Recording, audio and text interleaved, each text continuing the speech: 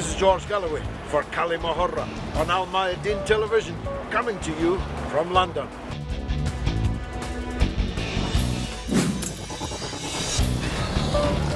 Coming to you from London.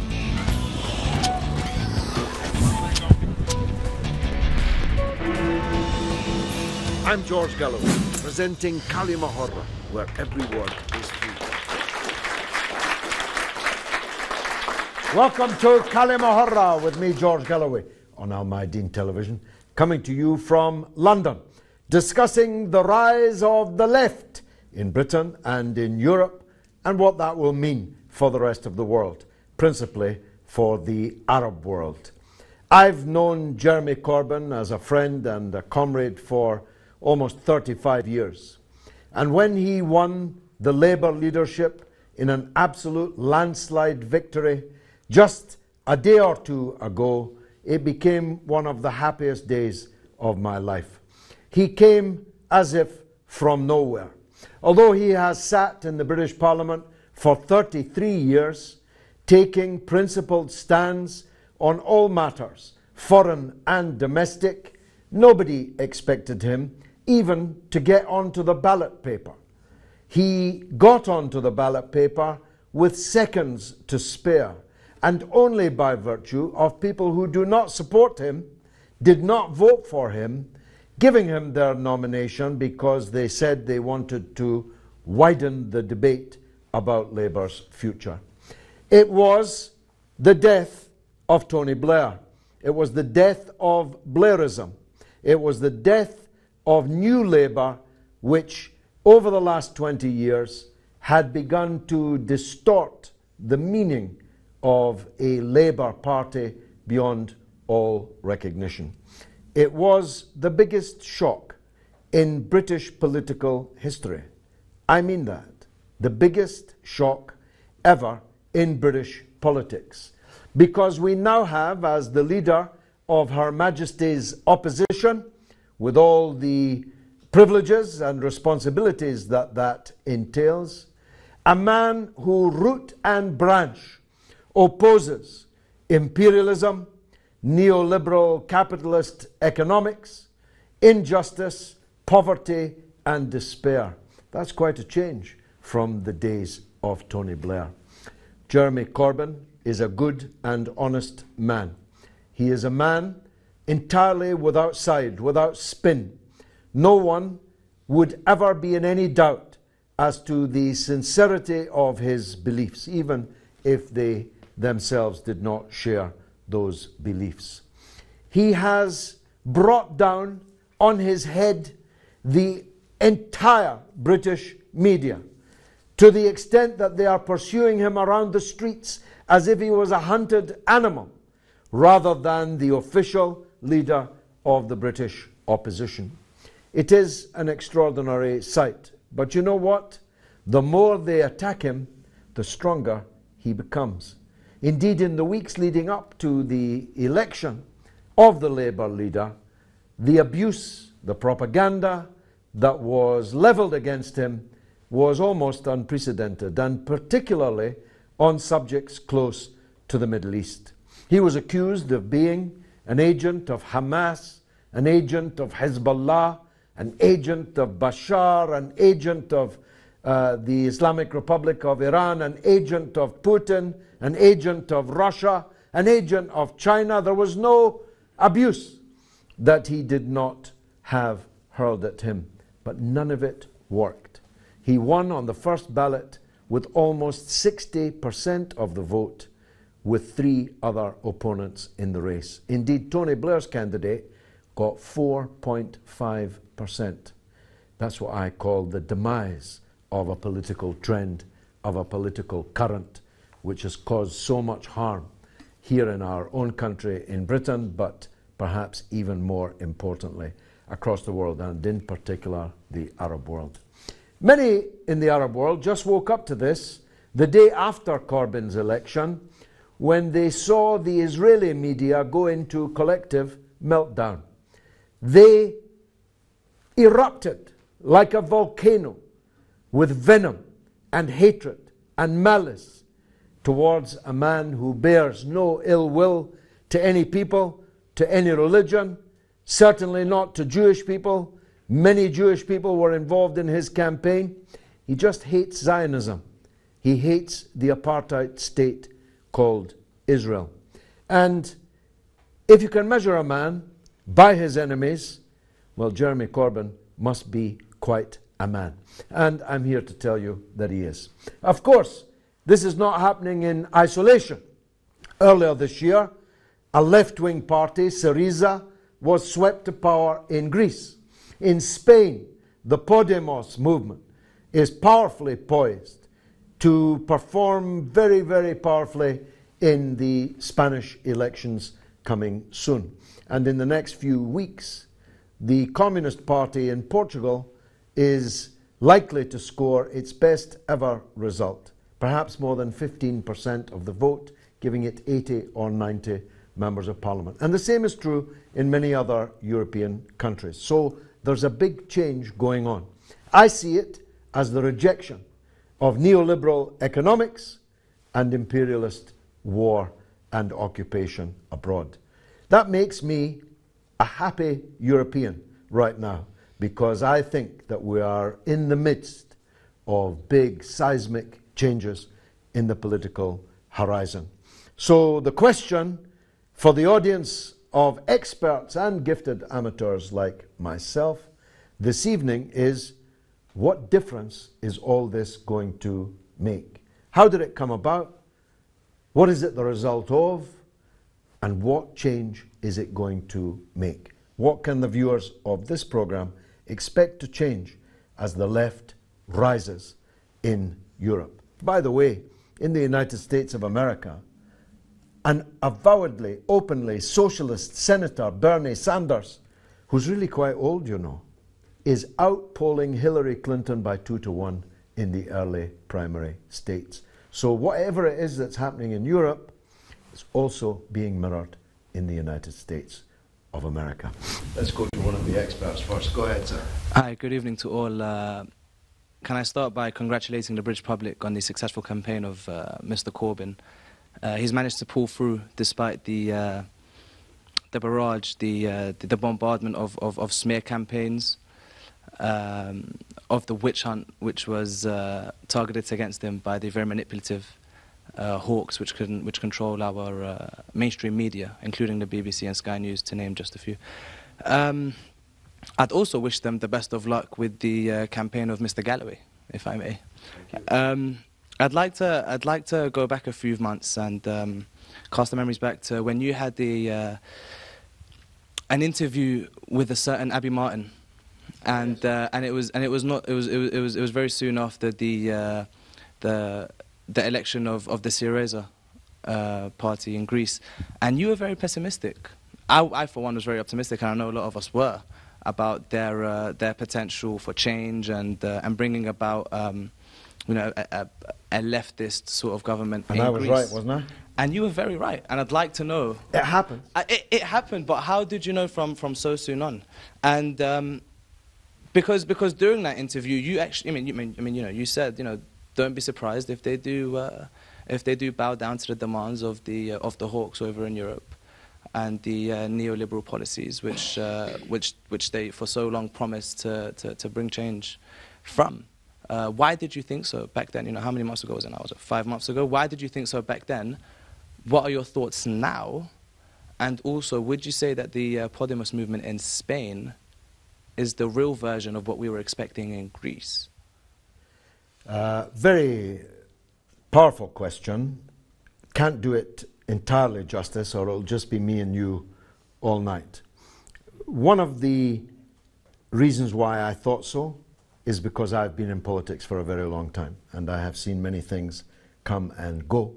And I can analyze the character of individuals and political movements, I think, quite accurately from the standpoint of more than 40 years, sorry to say almost 50 years in politics. And I know about socialist politics.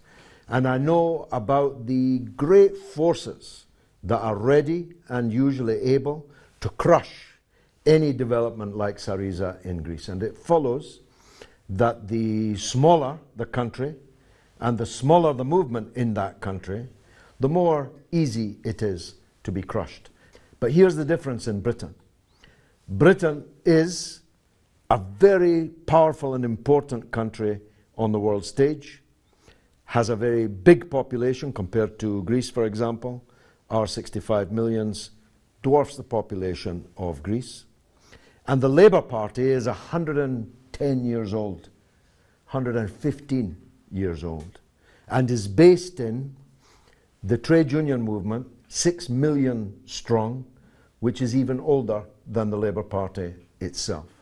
So this means to become the leader of the Labour Party with a landslide victory puts you in a very, very strong position indeed, especially as the character of the government, the governing party, the governing class in Britain is so rotten, rotten to the core, and hated even by the people who didn't take the chance just a few months ago to kick them out of office, who stayed at home in their millions because they didn't see the alternative as being worth voting for.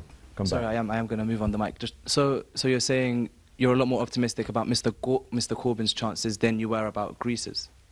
Yes. But if Mr. Corbyn spearheads a movement which is 10 times stronger than Greece's leftist movement, aren't Mr. Corbyn's adversaries and competitors 100 times stronger than Mr. Tsipras? Yes, well, no, I don't agree the maths, but they are, of course, stronger.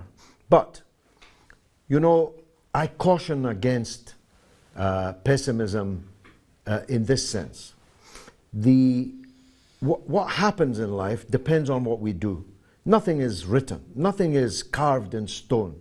It's not carved in stone that Rupert Murdoch will always own 40% of the British media. We can change that. If we get to a position of being able to do so, we can take that power away from him. What we lacked in the past was a leadership that was ready to do that. But we can do it. We can take banks into public ownership. We can take the railways back into public ownership. We can tell the energy companies that they are not allowed to freeze to death old people in Britain during a bitter winter, if we have the political will to do it. We can decide we're not going to invade other people's countries. We're not going to bombard them. We're not going to occupy them. Jeremy Corbyn decided 40 years ago that he would not be with Zionism, whatever the cost and whatever the blandishments. And the cost is high and the blandishments are high.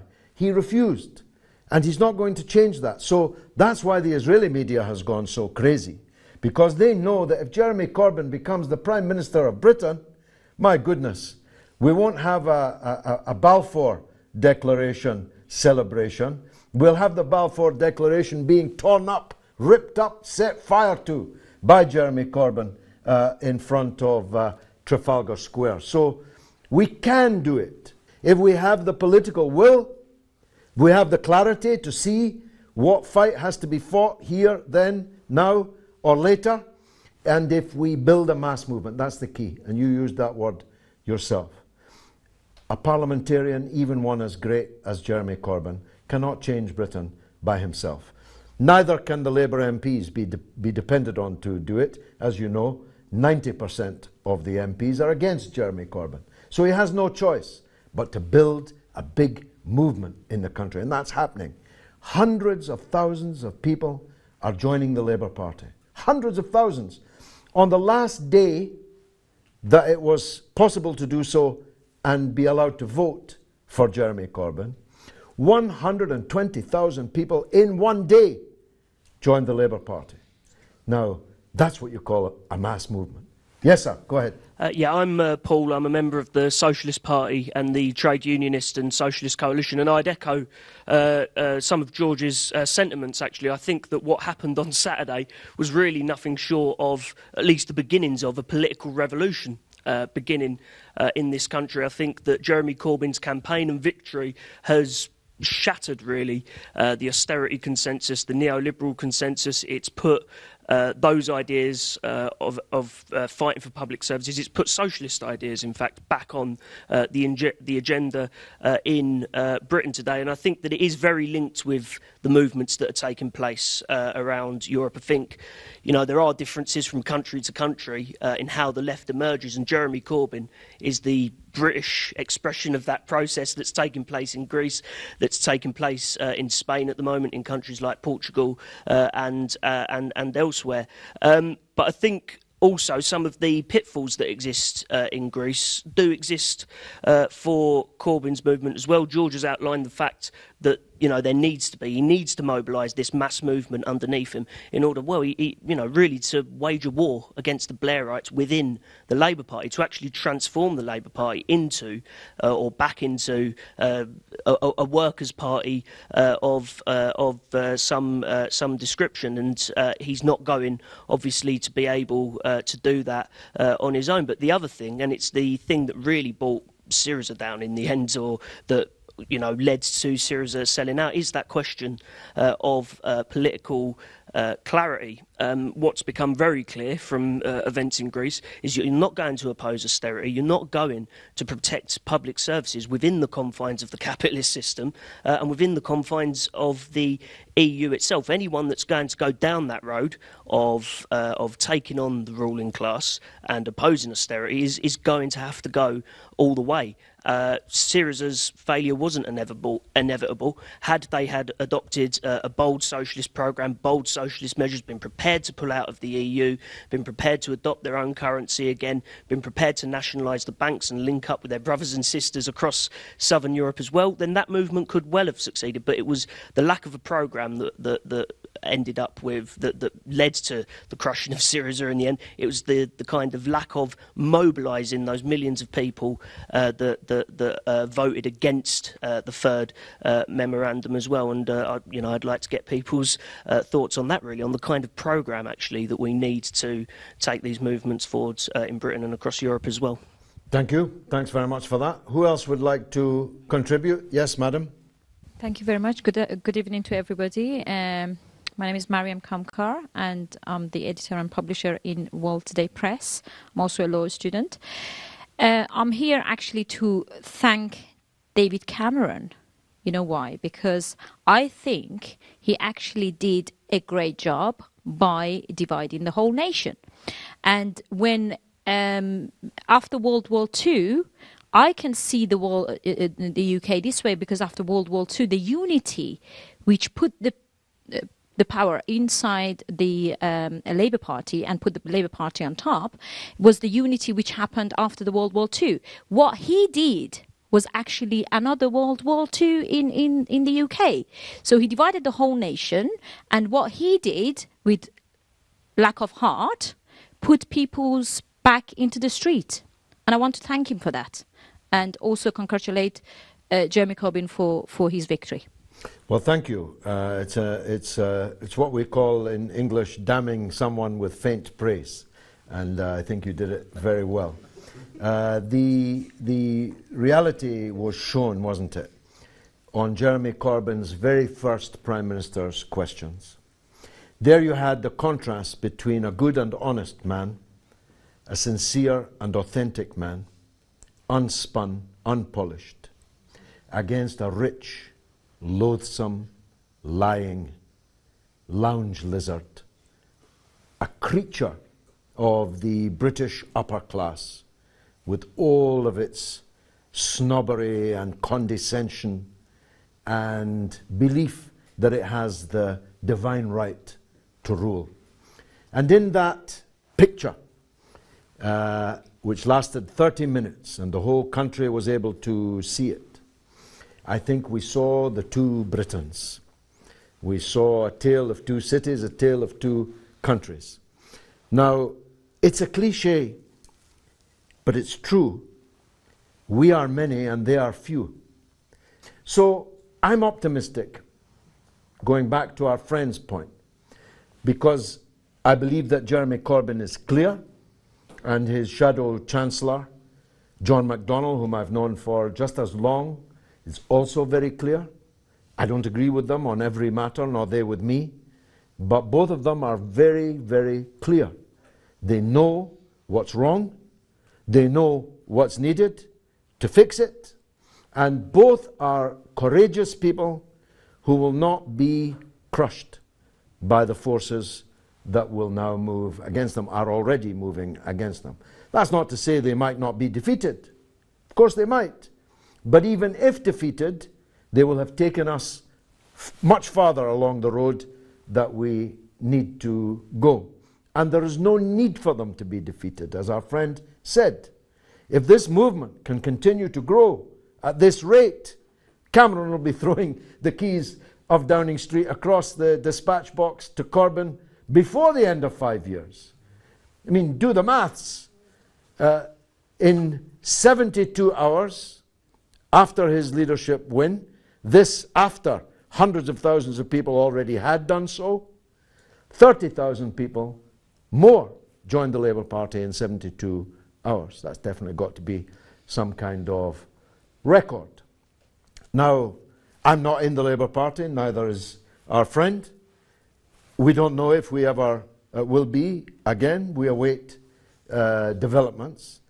But whether or not we are in the Labour Party, we will support every struggle and effort that Jeremy Corbyn leads on behalf of the Labour movement and the disadvantaged and the poor. And I'll come back to the issue of the EU, which was raised by our friend, after this break.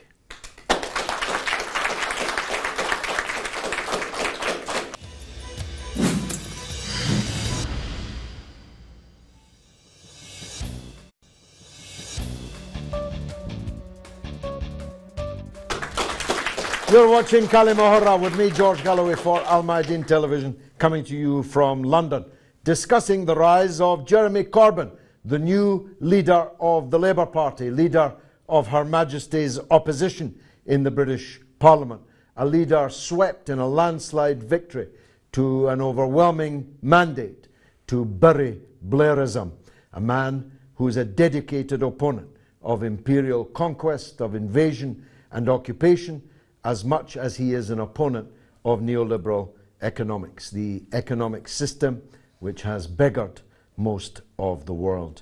Now, we took the cameras out onto the streets of London today to hear what the public thought. Watch this.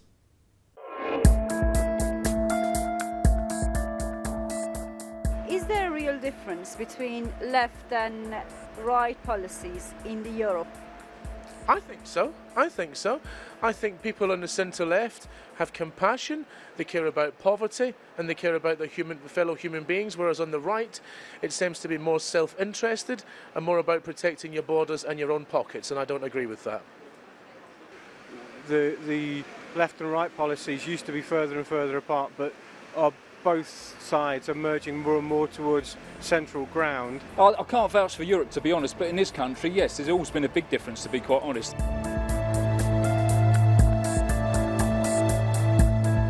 David Cameron thinks that Jeremy Corbyn's policies are going to be a danger in the future for Britain in terms of security and economic. Do you agree? I strongly agree with this. I don't believe in anything that David Cameron's got to say, to be honest. He doesn't stand up for the working class. Jeremy Corbyn does. Yes, I do actually, yes. That's something I do agree with David Cameron on. I don't think we know enough to suggest that his policies are going to be dangerous for Britain. I think what is important is that we're talking about things like Trident and we're talking about things like our EU membership and our NATO membership. I personally believe we should stay in both of those, but it's really important we discuss it and make sure that we're making the right decision. Thank you very much. Thanks. Now we have an expert audience here, and the next expert is you, sir. Go ahead, please. I don't like to be called the expert, but I would introduce myself first. My name is Omar Ismail. I'm the chair of the Labour for Arab group.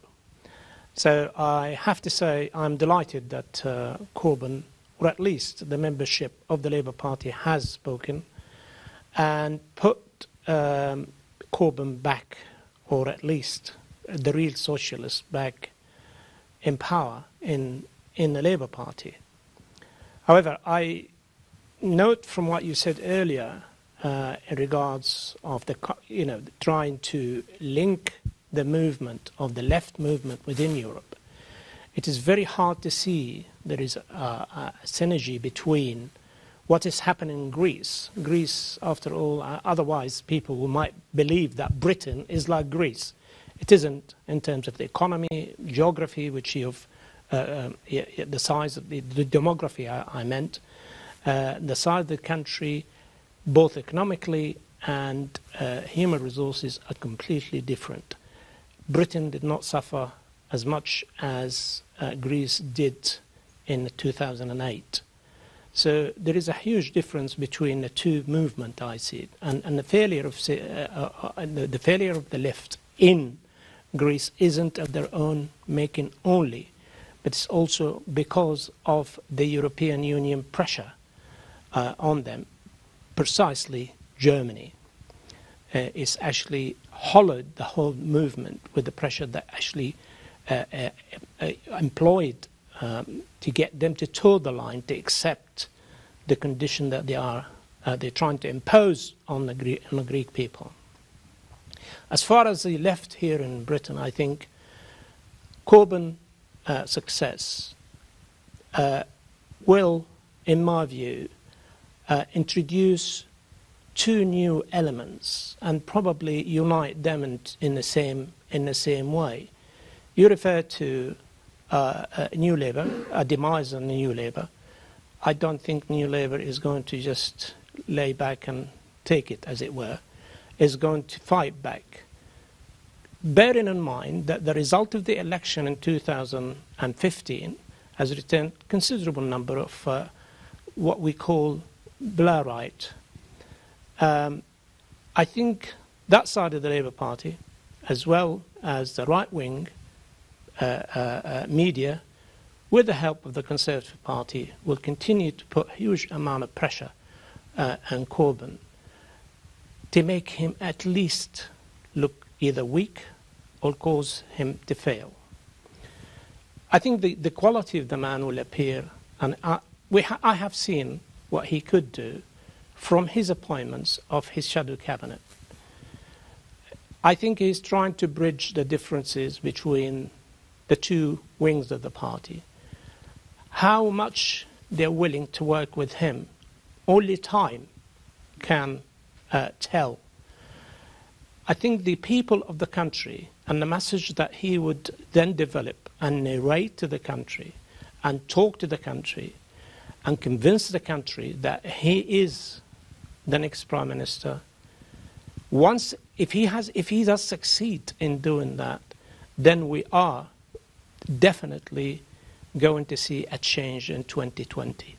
But without that, and without the support of the Labour Party itself from inside, and the new members that you refer to, those who have left the party like yourself quite some time ago, that come back to the party and fight for what the real Labour Party is, the Labour Party that I joined over 35 years ago. I'm heartened to see that there is a huge amount of people that are coming back, but equally there are people who are actually leaving the party as well. So what is needed now is Corbyn to recognise that he has a huge task at in his hand, and that is unite the party itself and also create a narrative that he can use to make himself electable. Because, as I said earlier, the attack on him from both the right of the Labour Party, from the Conservative and from the media, is going to increase, not decrease. And his success will be literally in the hand of the people of the country. Well, a very powerful statement of largely fact, one or two opinions that I'd like to challenge. But we mustn't get too technical, because most of the people watching this in the Arab world aren't as well versed in the intricacies of Labour Party politics as you and me. Well, let's educate them, because we need democracy over there as well. Let's do our best to bring light and clarity to that point. First of all, I didn't leave the Labour Party. I was expelled from the Labour Party by Tony Blair. And despite the fact that the late Michael Foot, the former leader of the party, and the late Tony Benn, the greatest of all Labour parliamentarians, came to the expulsion hearing to plead my case, after 36 years of membership, I was expelled in 36 seconds by a group of people whose names I didn't know at the time and certainly have been long forgotten. So it's not a question of me coming back to the Labour Party. I never left it. They have to rescind my expulsion and reinstate me. That's my position. They owe me an apology, but I'll forgo the apology. I want the expulsion rescinded and reinstatement. I just want to use this opportunity to deal with something that was raised earlier, and it does link Britain and Greece. Though I agree, of course, they're two different countries, two different economies, two different left-wing parties, and in the case of the Labour Party, more than 100 years of experience and long periods in government. The EU crushed the left in Greece, but the EU would also crush the left in Britain if we don't challenge it.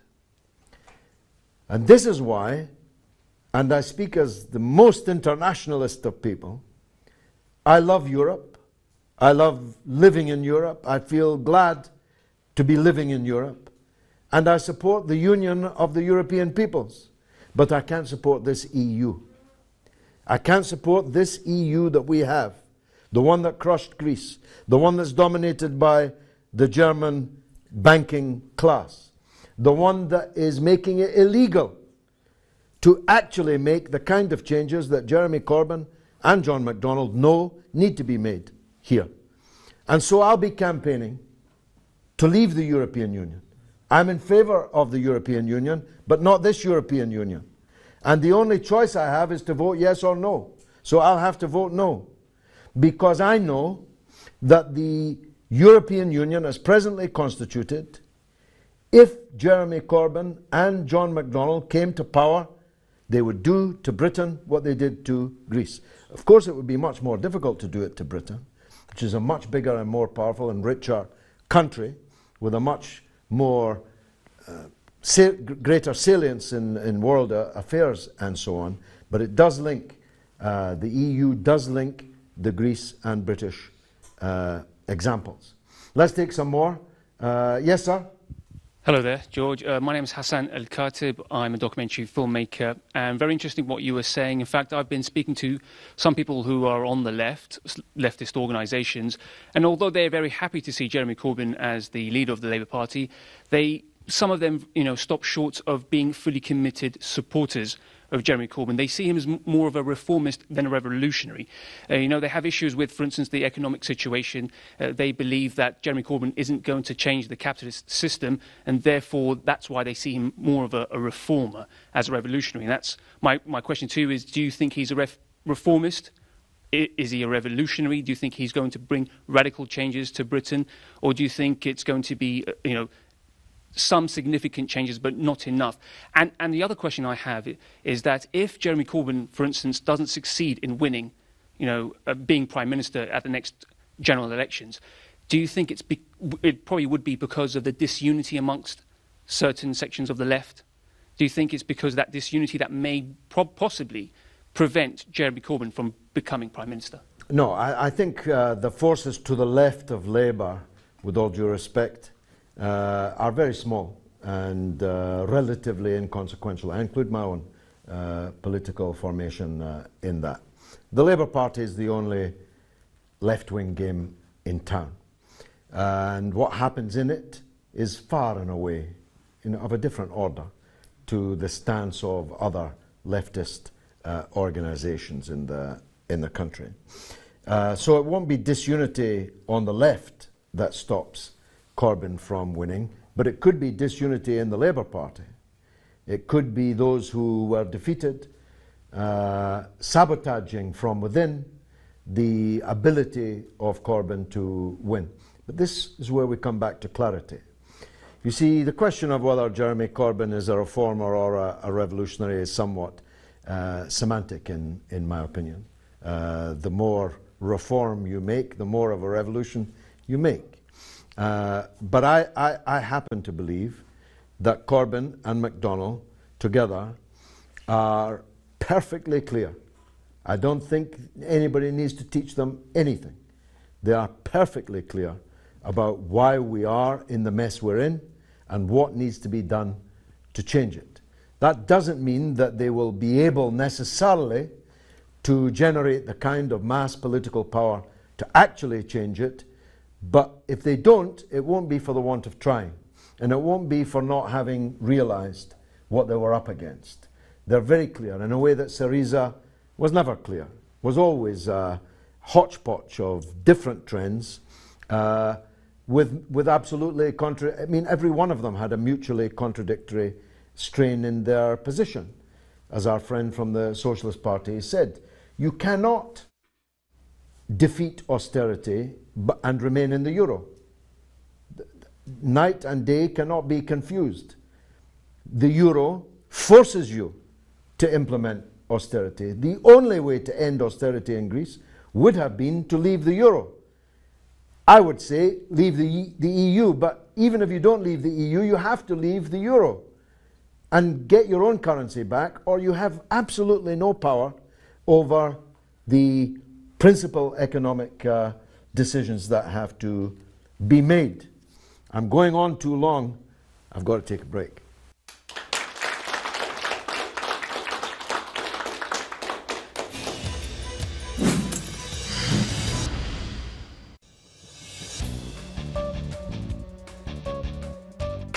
You're watching Kalimuhurra with me, George Galloway, on Al Mayadeen Television, coming to you from London, where the Labour leadership election is finally over and the right guy won.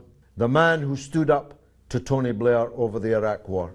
The man who stood up for the Palestinians during the bombardment of Gaza. The man who sought the arrest of Benjamin Netanyahu and other war criminals from the settler state they call Israel. The man who has been crystal clear about the reason for mass poverty, unemployment, underachievement, cuts in public services that have been visited upon this country by successive governments. He's hated so much by the corporate media that they are now, right now, pursuing him around London as if he was a hunted criminal. But he has, following him, an army bigger than the left has ever amassed in this country, ever. He has hundreds of thousands of people flocking to his banner. And the struggle between these forces is going to be the story of the next 4.5 years in Britain. Britain's next general election being in 2020.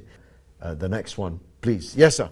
Hello, George. I have two questions. My first is that I've seen a lot of reaction from Conservative supporters, Conservative Party members, claiming that Jeremy Corbyn is not a threat. My question is, should they consider him a threat? Should they be worried about his rise?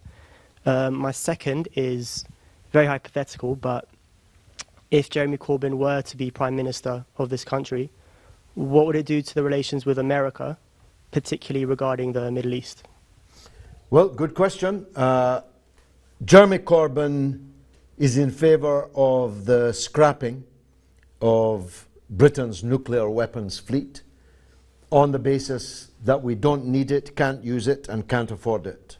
£100 billion for useless new nuclear missiles that could only be used in an act of national suicide, because whoever you fired it at would fire one or two or 10 or 100 back at you, and your country would no longer exist. It would be a smoking ruin.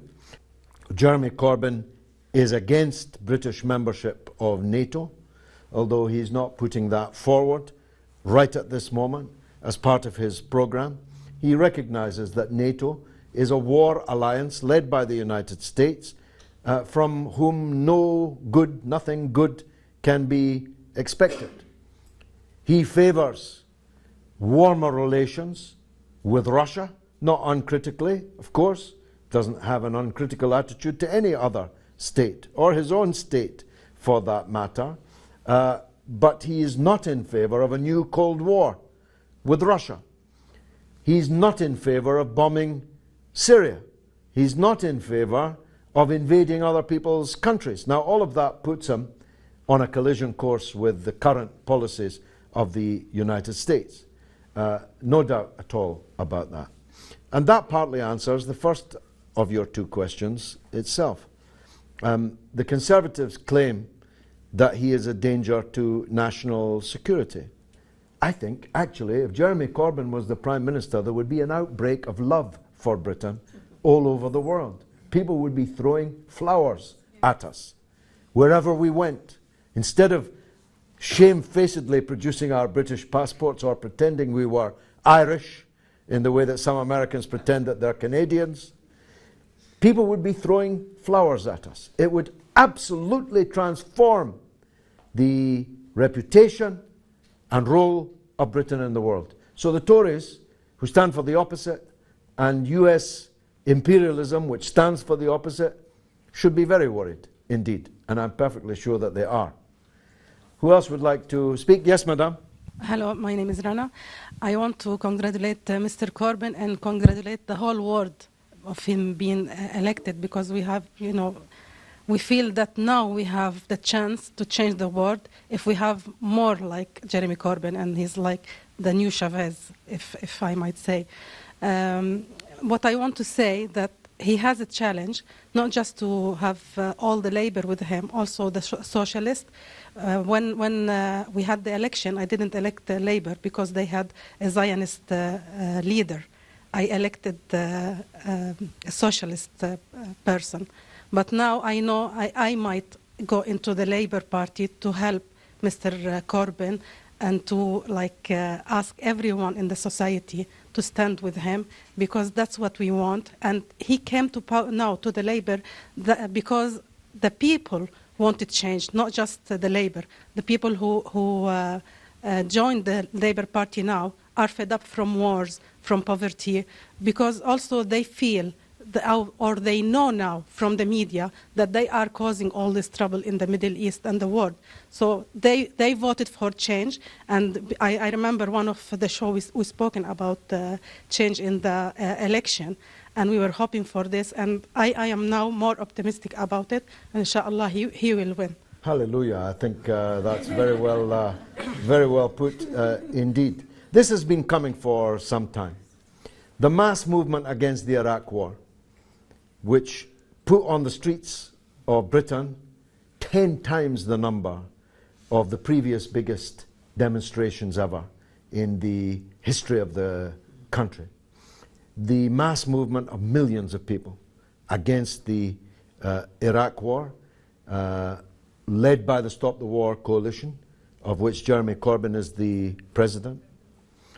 Even if you take the launch of my own party, Respect, which was only 20 weeks old when it stood in its first election, and it achieved 250,000 votes in England alone, 250,000. My election victory in 2005 against one of the Blairite leaders, which was completely unexpected.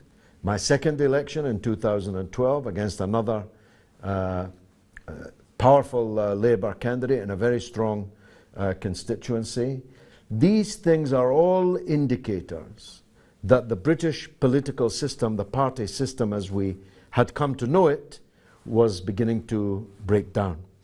And the reason why Miliband lost the election was not because he was absurdly, as they sometimes now suggest, too left-wing. It was because he was completely unclear. Nobody, not even me, really understood what he was talking about, what he was going to do. And so millions stayed at home. Others voted for nationalist parties, others voted for Greens, and so on. Now, under Corbyn, the choice will be absolutely clear. It's us and them. It's the many against the few. And by the time we reach 2020, if Jeremy Corbyn continues at this rate, he'll be unstoppable. And don't forget, he'll be up against not David Cameron, who has at least some skill, some panache, some stature as a performer. He'll be up against George Osborne, the current Chancellor of the Exchequer, who's a pasty-faced little man who failed his maths exams at school.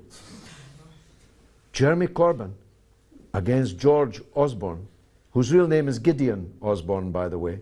He uses George because he thinks it's more common, because Gideon is a very upper-class name. But his name is Gideon Osborne. Gideon Osborne against Jeremy Corbyn, no contest. I believe Jeremy Corbyn will win that in a very, very big majority. Who's next? Yes, Madame. Hi, George. My name is Yusra and I'm a journalist, and I joined the Labour Party when Corbyn was standing as a candidate for the leadership, and I voted for him, and specifically because I'm originally from Iraq, and I wanted a leader of a Labour Party who would push for Tony Blair to be, you know, finally, you know, facing, you know, some kind of, you know, court or justice, you know, because I know that in the next 5 years under the Conservatives, the Chilcot inquiry would continue to be postponed and no findings will ever be published. So I'm hoping that maybe once Corbyn is the leader of Labour Party, he could actually put some pressure on, you know, on the Parliament, on British Parliament, to actually push for that, and hopefully we will see that. And I'm hoping that the British people can also vote for him in 5 years to finally have peace in the Middle East, and yeah, I really hope that they can take his word for it. And yeah. Oh, wonderful. Well, look, my film, The Killings of Tony Blair, will be out very soon. That's a trial of Tony Blair, believe me. That's a trial he won't enjoy. The Chilcot inquiry will be out. Not this year, but probably early next. It will be devastating for Blair. Jeremy Corbyn has said that he will apologize to the people of Iraq for attacking them, invading them, occupying them, breaking up their country, causing all this devastation, unleashing Al-Qaeda and ISIS and all the other horrors that have emerged from that swamp. This is new territory. Ed Miliband, the previous leader, said the Iraq war was wrong, but he didn't say sorry. And most importantly, he didn't hold anybody to account who was responsible for that which he said had been wrong. I don't know if Jeremy Corbyn will expel Tony Blair from the Labour Party as Mr. Blair expelled me. He said that it was me that brought the Labour Party into disrepute, but nobody brought the Labour Party into more disrepute around the whole world than Tony Blair. I don't know if Jeremy Corbyn will do that, or whether Mr. Blair will leave, whether he'll be part of a new political development. That remains to be seen. But this I'm certain of. If Jeremy Corbyn is the Prime Minister of Britain, it will be a Britain as different as it's possible to imagine. Yes, sir. Carl El-Khouairi, I'm a producer and content manager at Levant TV. We just mentioned, obviously, it's happy days for ethnic minorities in England, be they Arab or otherwise, but this did not really win Mr. Miliband, and obviously most of them do vote Labour, perhaps not necessarily the Greens or otherwise. Now, how is Mr. Corbyn going to bank on this while it didn't prove successful? And how is he ever going to reach out to minorities who are English and terribly right-wing, as they were? Are they going to change? Because if you go to other constituencies, obviously we saw your reports from interviews in London, but then if you go to outside London, whether south or north, especially with what's happening in Calais, And with Mr. Corbyn on the day of his win going to a refugee march with obviously a very genuine, heartfelt speech for Middle Easterners, very proud of him and everything, but up north, eyebrows were raised on what's happening, and there is real concern of Corbynomics basically bringing in migrants that might threaten those people, thinking that they will not have any more jobs. They are struggling already. So how is Mr. Corbyn going to reach out for them? And just a small remark also on your criticising of, obviously, the Tories most of the times, be it Chancellor Osborne or Mr. Cameron, the Prime Minister, being rich all the time. So is it might be valid, obviously, but is it really... were it really, if someone was criticising another MP for being poor or for being from a foreign descent and all that, would that be valid? So I don't know if commenting on the style as such or the background and the upbringing is going to make a difference, or shall we comment more on the content and the rhetoric of politicians? Wallahi. Well, look, the fact that somebody's filthy rich is a very important fact, because it affects almost certainly the way they look at things. It affects whether they care about the health service because they don't use it. Because they're filthy rich, they buy their own health service.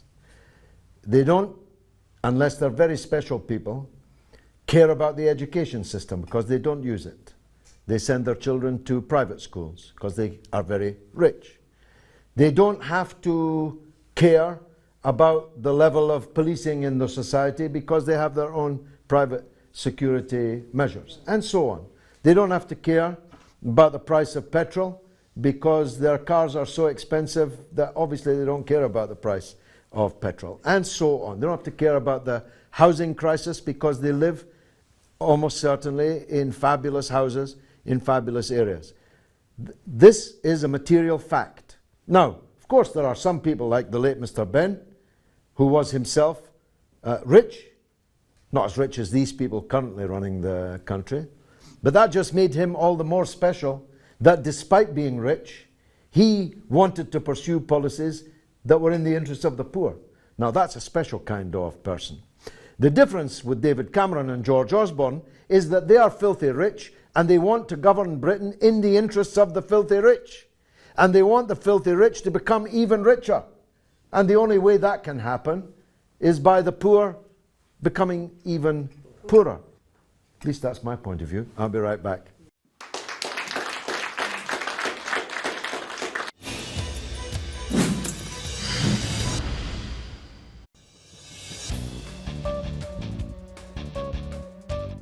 You're watching Kaliма with me, George Galloway, on Al Mayadeen Television, coming from London. We took the cameras, as I said, out onto the streets to see what the people thought. Watch this.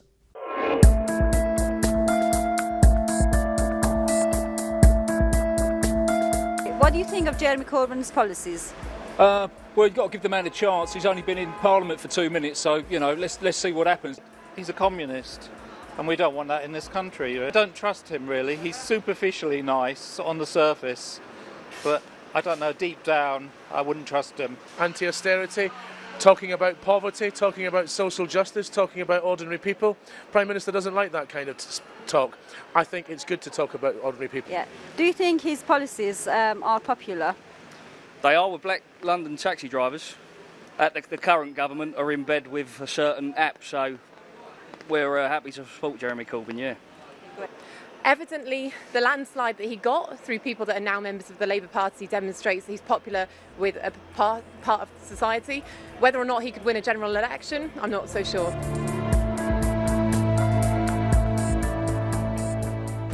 At the minute, his politics have been very popular because there's probably been no similar politicians saying similar things for a number of years. The difficulty for any politician is to balance principles with practicalities. Well, they were popular within the membership that's just voted for him in that election. He got 60% of the votes in a 4-horse race. That to me seems very conclusive. And it would appear that what he's been saying to those people that voted up until now has been very popular.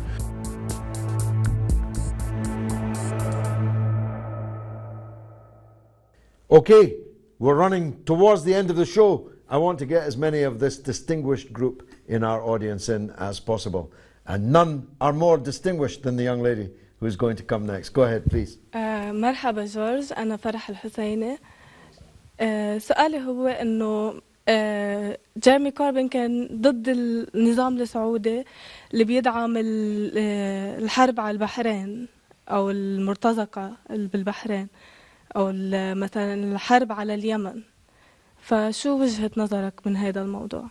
Jeremy Corbyn, with me, has been involved in fighting for democratic rights in Bahrain for more than 25 years. In fact, we received a previous generation of leaders of the movement for reform and change in Bahrain more than a quarter of a century ago.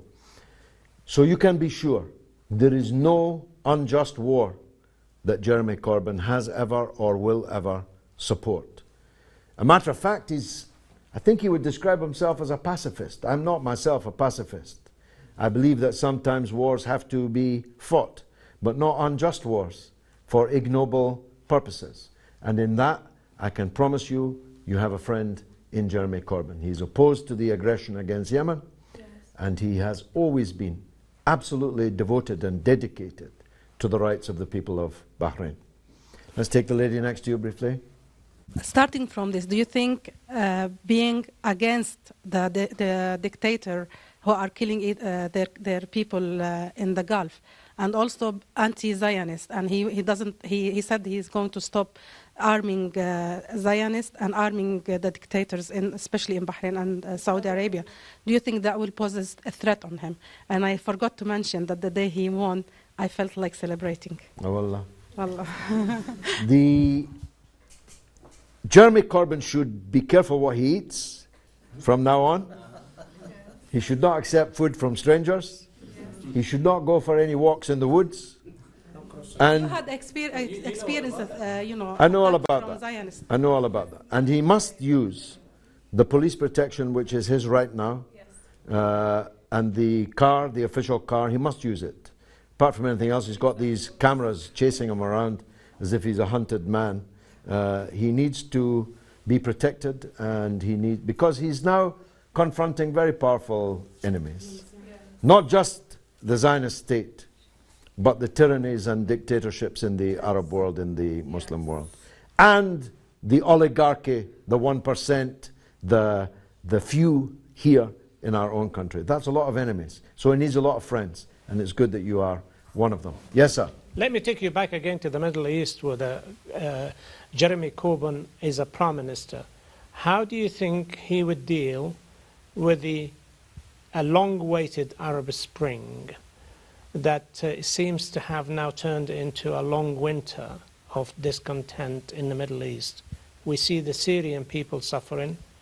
We see, as it mentioned, Bahrain, Yemen, and elsewhere in the Arab world.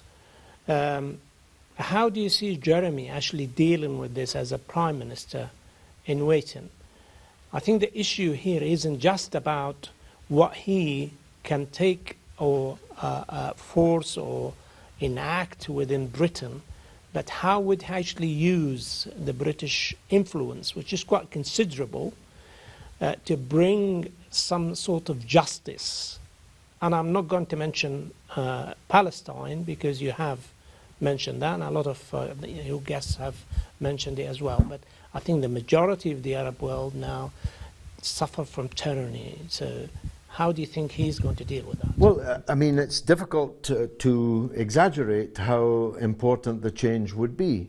For example, he will not sell any weapons to Saudi Arabia. He will not countenance the repression of people in Bahrain, still less the invasion of Bahrain by Saudi Arabian forces armed by Britain and trained by British service personnel. He will not invite Netanyahu to London. In fact, he'll tell Netanyahu that he's not welcome in London. He will not fly to kiss the nose of whoever is the next dictator of what they call Saudi Arabia. He would never attend the funeral of such tyrants. This is remarkable, no? what I've just said, and I could say much more, what a transformation. What a transformation this would represent. It means that he's going to bring forth a lot of enemies. That's why he needs a lot of friends. Yes, sir. Yeah. I do feel as if we've become very bogged down with our narrative being strictly around the British surge in left-wing sentiment.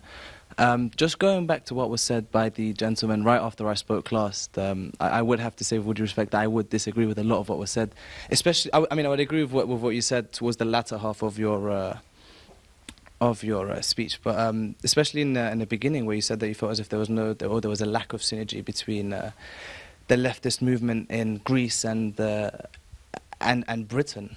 So you saying that there's a disassociation between them. They aren't as affiliated as we'd all like to expect. I would have to disagree with that to a large extent. The reason being for that is imperialism knows no limits. I think the neo-colonialist agendas and policies of the EU know no limits. They know no geography. They know no demographics. And they see nothing stopping in their way. And for that reason, I think their resistance should likewise know no limits. I think as a resistance, we should unify. The people of Greece are under the hardships and under the austerity, much like the people of Britain. And quite frankly, much like much of the people in Latin America who, whatever we've been going through for decades, they've been going through for a lot longer. And we've got a lot of lessons to learn from them, but that's for another discussion. So I do feel as if we should be united, we should be unanimous in our efforts against the aggressor, because if the aggressor is one, the resistor should also be one. I don't think that we should be divided. I think what the gentleman in our efforts. So I do think there is a synergy between Mr. Tsipras, or as we thought initially, and between Jeremy Corbyn. I need to respond to that. Sure. I think my stance is quite clear. Britain isn't Greece. Britain is a huge country with its own resources, financially and otherwise. And you cannot fall in that pitfall that the Conservatives have set trap for most people to convince them that we're almost going to be bankrupt like Greece. We will not Greece. We will never be like Greece in terms of size and so on and so forth. A huge history behind the left movement in this country that actually makes me believe there is a huge difference between the left in Greece, which is now falling apart, and the left that actually formulating and coalescing around Corbyn. I accept your criticism, but I think your criticism, with the greatest respect, is somewhat misguided and probably has a little bit of emotions in it. There's a huge experience behind Britain in terms of the left. I lived in this country when the left was under attack. I saw what happens to the left when it was dismantled by the capitalism. Now what we see in the rise of left here in this country is a result, is actually a natural result of the far right activists. In fact, actually, I see the rise of the left in this country is an outcome of a 1997 election of Tony Blair. It began then, and it's been building up. I am a member of a trade union that saw the dismantling of the left through the trade union, the curtailing of powers of the trade union, the curtailing of the freedom of people who are members of a trade union.